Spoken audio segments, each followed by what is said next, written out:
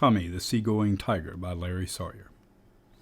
Now this is the story of Tommy the Tiger, who lived in the woods near the swift river Niger, and learned from the lips of his grandfather Joe all the things a young tiger like Tommy should know, like snarling and roaring and chasing a rabbit, looking real mean till he gets to be habit, and being a menace, which means he must try to scare everybody and be a tough guy. But Tommy the Tiger was sweet as a bunny. He didn't think chasing a rabbit was funny. So he told his grandfather, "I can't be a menace. I want to go sailing to some place like Venice.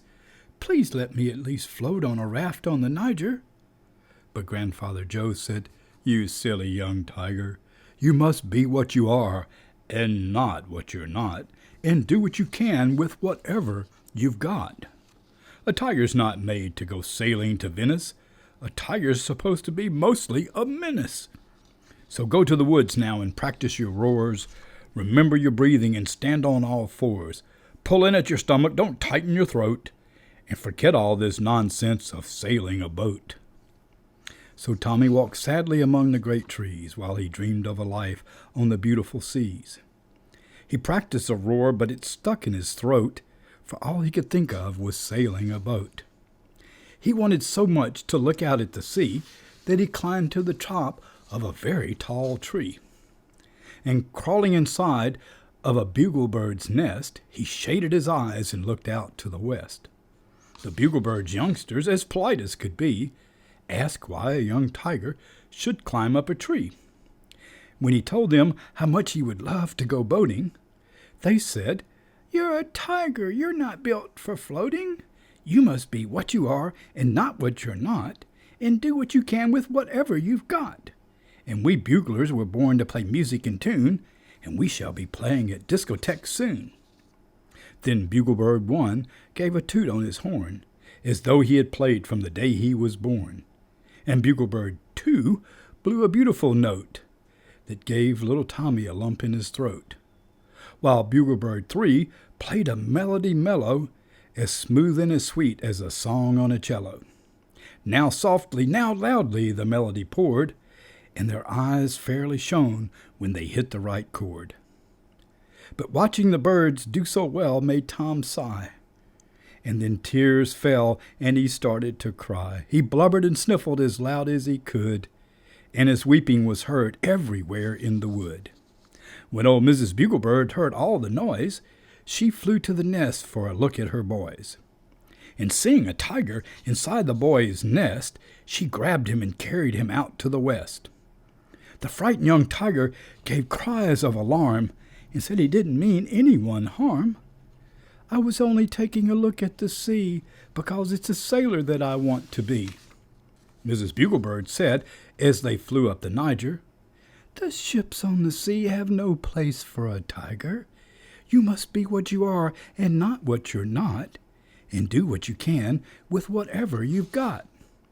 And then Mrs. Buglebird gave a big sneeze and dropped little Tommy, who fell towards the trees. Down, down like a rock fell poor Tommy the Tiger, to land on a raft by the shore of the Niger. And Tommy at last, although shaken and paler, was now on the water and truly a sailor. But the stream took the raft of young Tommy the Tiger away from the shore, while the swift river Niger went splashing and crashing and whirling and swirling and rushing and gushing and bouncing and jouncing and dashing and smashing and pouring and roaring and tearing and snaring and plunging and lunging and ripping and dipping and lifting and drifting and heaving and weaving and rolling and bowling and teeming and streaming and thundering and blundering. And the raft spun around like a splinter of wood, while Tommy hung on just as hard as he could. It rose like a kite and dropped like a brick, and Tommy the Tiger grew, oh, so seasick. But something much worse made him shiver and quiver, the crocodiles down by the bend of the river. For nobody liked those big rough crocodiles who sharpened their teeth every morning with files. So poor Tommy the Tiger thought this was the end, as he sailed toward the crocodiles down by the bend. When Tommy's good friends saw him sailing on through, they said to each other, "Oh, what shall we do?" Then some of the monkeys came up with a plan, and down to the river bend all of them ran, till they came to a tree that stretched over the Niger and seemed to be perfect for saving the tiger. So Tommy's good friends from the tree made a chain and held to each other with might and with main.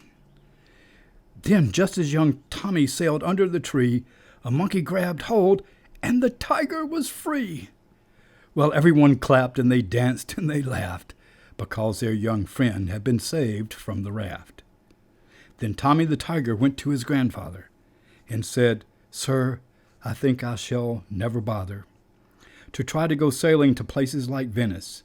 I'd rather stay here and, like you, be a menace." Now Tommy is grown and a mighty big tiger, the greatest and strongest to live by the Niger.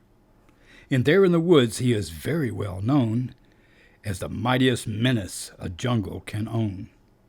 By day and by night, without making a sound, he goes through the jungle and tiptoes around. If jungle folk happen to come into view, he taps on their shoulder and gently says, "Pooh." He is teaching some classes on nice for crocodiles, rattlesnakes, spiders, and mice. He found that he loves to teach others to be as gentle and friendly and pleasant as he. So while he is menacing gaily along, he sings to himself a most comforting song. "I must be what I am and not what I'm not, and I'll do all I can with whatever I've got. But if I try hard and I work and am good, I can do twice as much as I thought I could."